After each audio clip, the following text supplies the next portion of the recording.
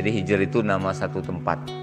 Dan tempat itu didiami oleh kaum Samud.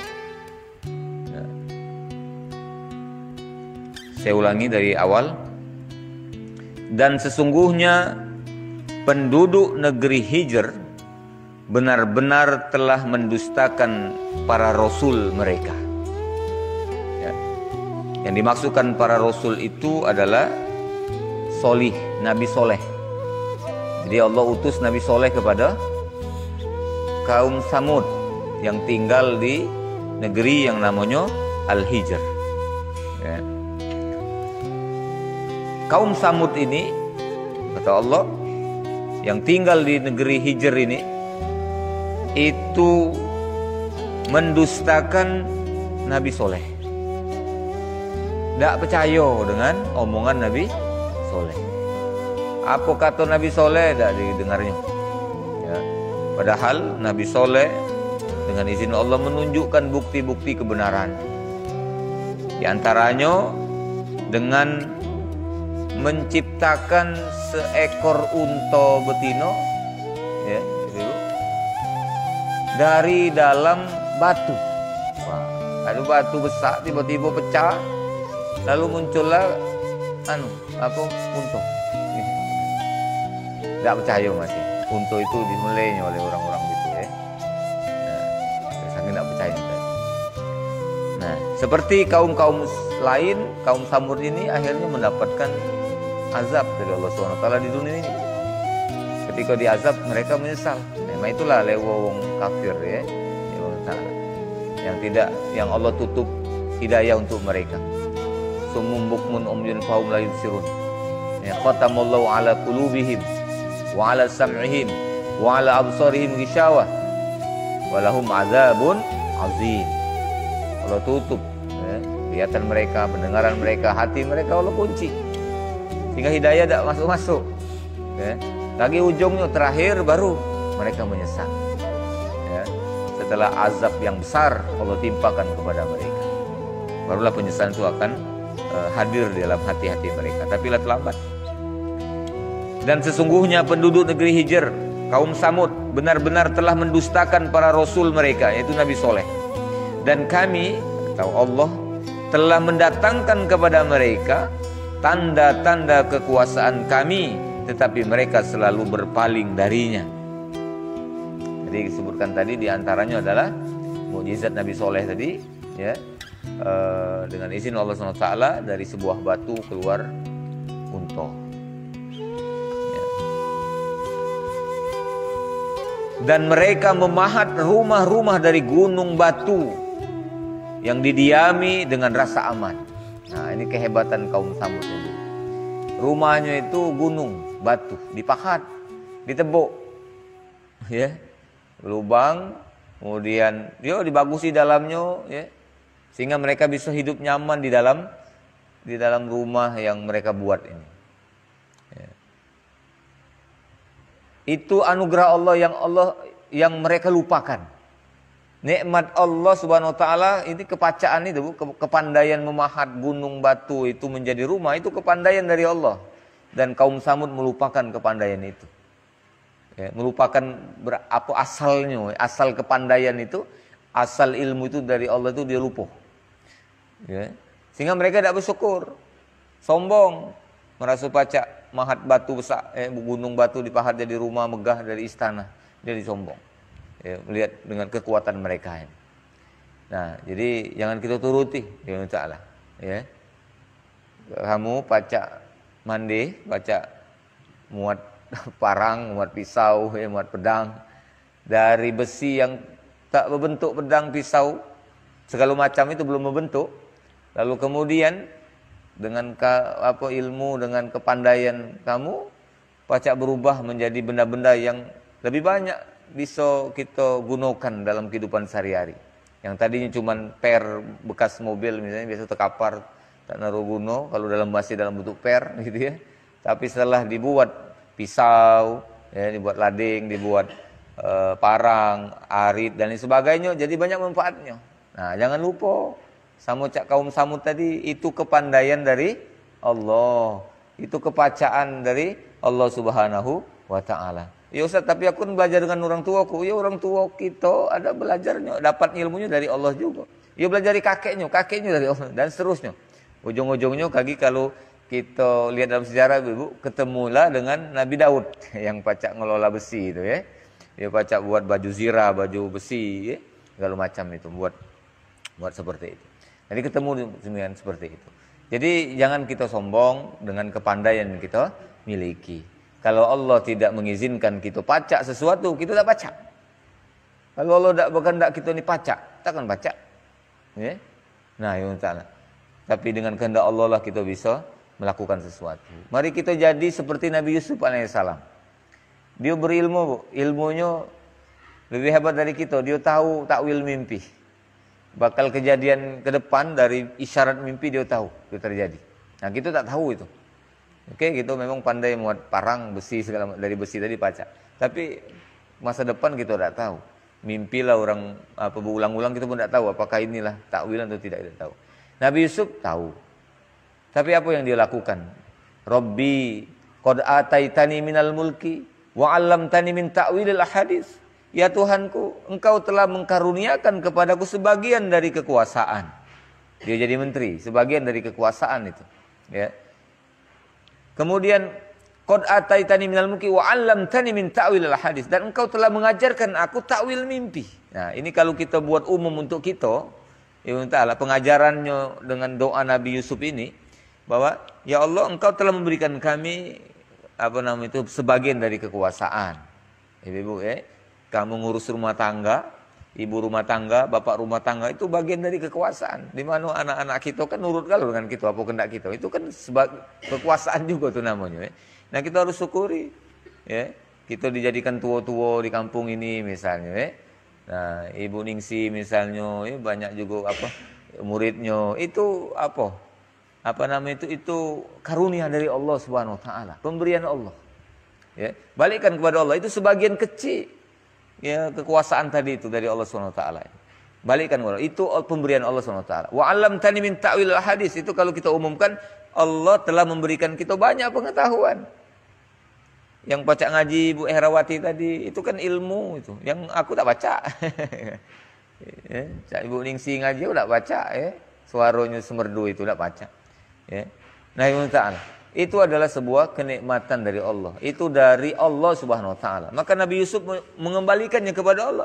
Rabbi qad ataitani minal mulki wa 'allamtani min ta'wilil hadis. Ya Tuhanku, jabatan ini, ilmu ini, ya, lagi kekuatan fisik dan segala macam itu darimu ya Allah. Wahai orang tanya batu entekmu. Ya. Berasal dari Allah Subhanahu wa taala. Nah, jadi dengan kesadaran itu kita tidak sombong. Insya Allah kita tidak akan jauh daripada kesombongan tadi. Lihat Nabi Yusuf alaihissalam, kita sudah baca ayatnya. Fatiros samawati wal ard. Dia bandingkan kekuasaan yang dia miliki dengan kekuasaan Allah. Ya Allah, aku ini belum apa-apa. Fatiros samawati wal ard. Engkaulah pemilik, pencipta langit dan bumi ini. Dan Engkau menguasai apa yang ada di langit dan di bumi, di antara keduanya itu. Allah Maha Kuasa, kita cuma pacak merintah anak kita baik, cucung kita baik, pacak kita perintah-perintah. Lah Allah SWT segala alam semesta ini dalam genggamannya termasuk kita. Ya, tapi Allah tidak sombong. Allah Subhanahu wa taala yang memiliki itulah sebenarnya dia berak sombong, tapi dia tidak menyombongkan diri kecuali di depan ditunjukkan kebesaran di depan orang-orang kafir yang mengingkari itu. Ya, mengingkari kekuasaannya. Allah tunjukkan yang kekuasaan di depan itu. Iya, sebenarnya bukan bermaksud sombong di hadapan orang kafir itu.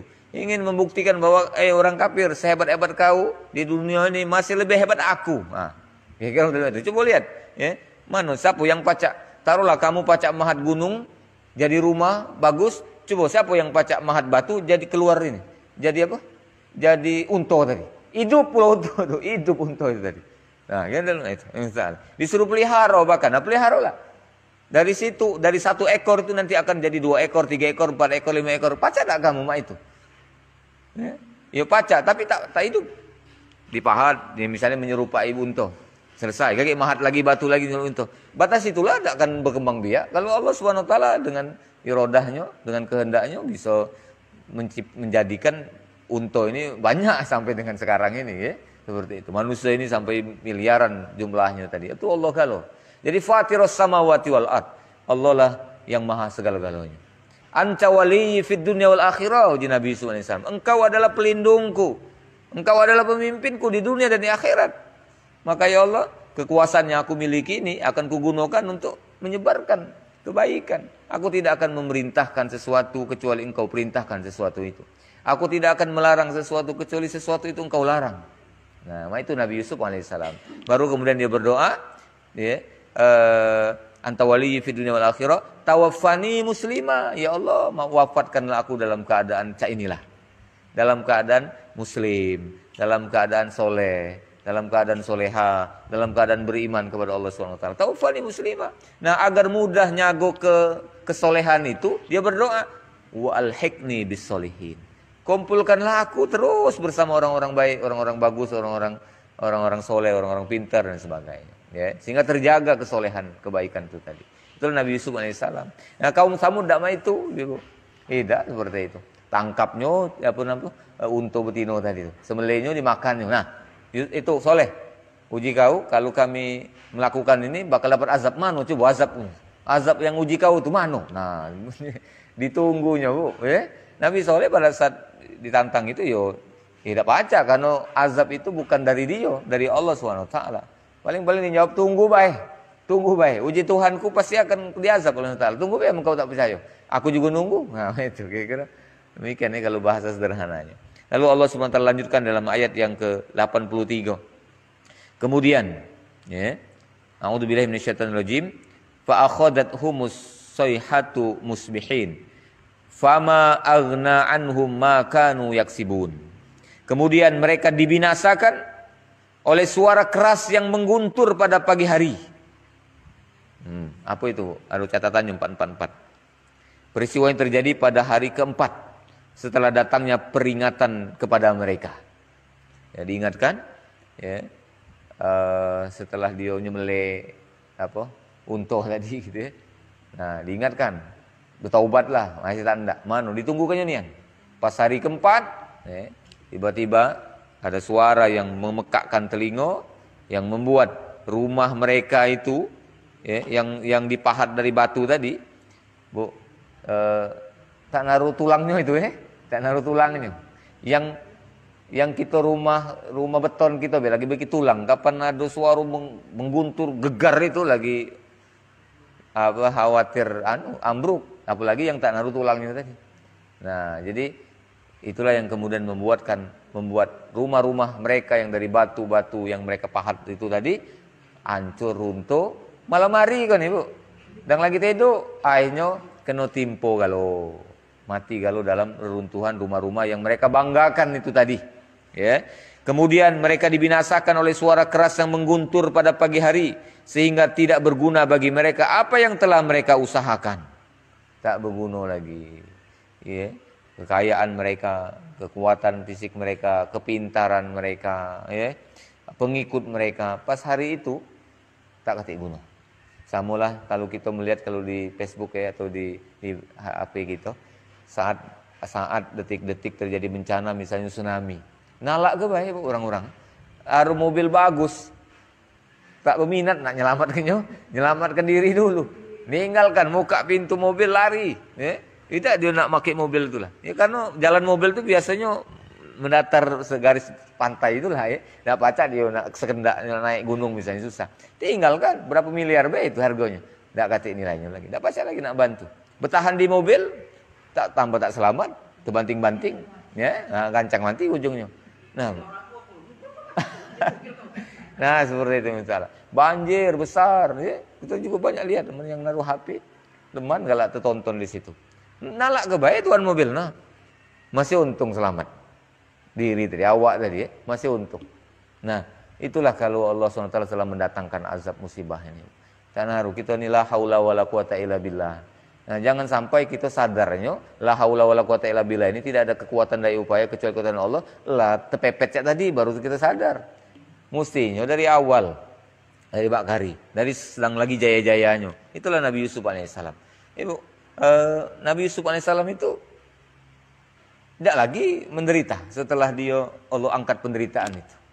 Ya. Karena apa? Ketika dia menerima anugerah berupa kekuasaan tadi, dia tidak kufur.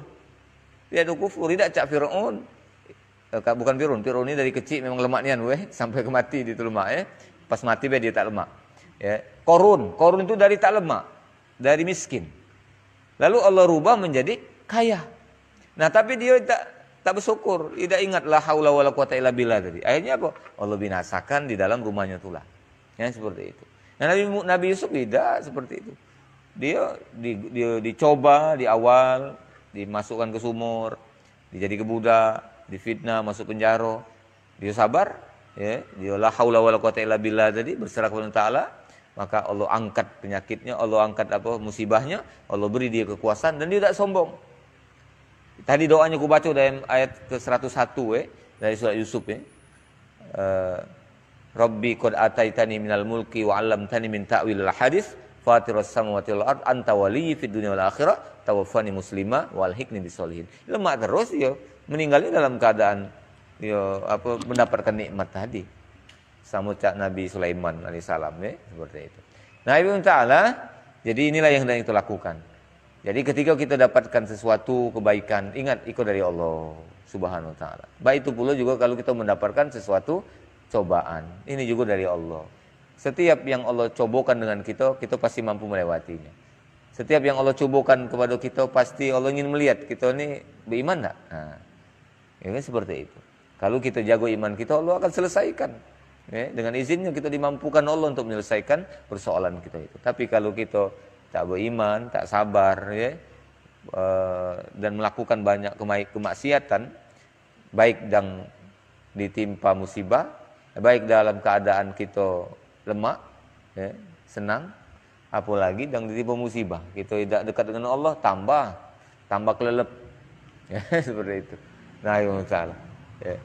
Nah, ini peristiwa yang Allah SWT ceritakan kembali kepada kita di akhir surat Hijr ini, kisah kaum Samud setelah Allah menceritakan tentang kisah Nabi Shu'aib dan kisah Nabi Lut alaihissalam.